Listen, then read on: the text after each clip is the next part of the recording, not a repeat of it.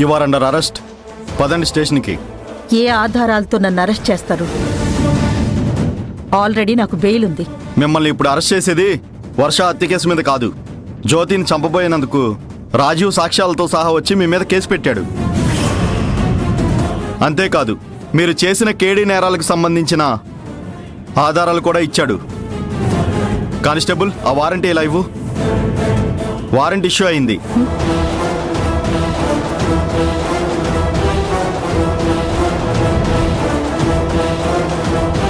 మీరింకా తప్పించుకోలేరు. కానిస్టేబుల్, నీలాంబరిని వెహికల్ ఎక్కించండి.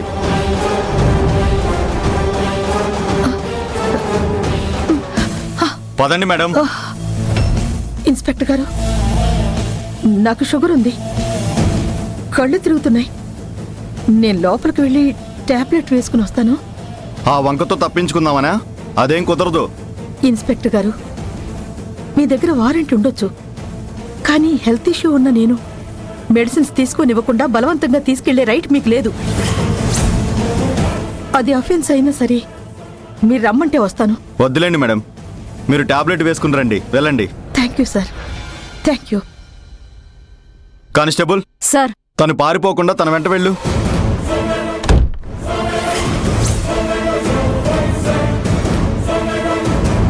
నీలాంబరి గారు, నీలాంబరి గారు,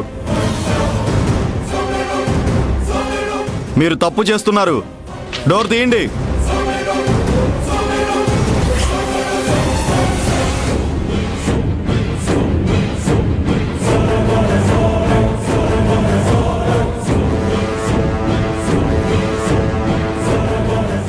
కానిస్టేబుల్, వెనక నుంచి పారిపోకుండా నువ్వు అటెళ్ళు.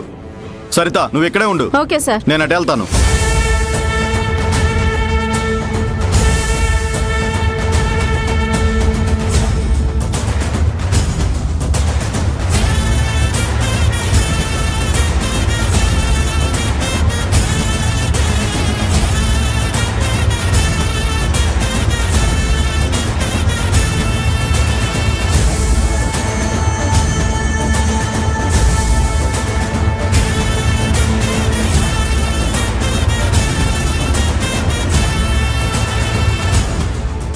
ఓ అమ్మాయి, సార్, మీ మేడం ఎక్కడ? నాకు తెలియదు సార్.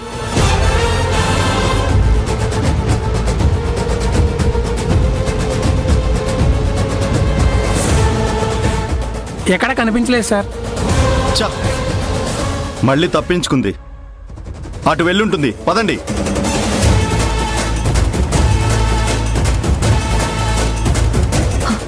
అమ్మో, పోలీసులకు గన్ దొరికితే ఎప్పటికీ బయటికి రాలేను. జైలు పాలు కాకుండా ఏదో ఒక ప్లాన్ ఆలోచించాలి.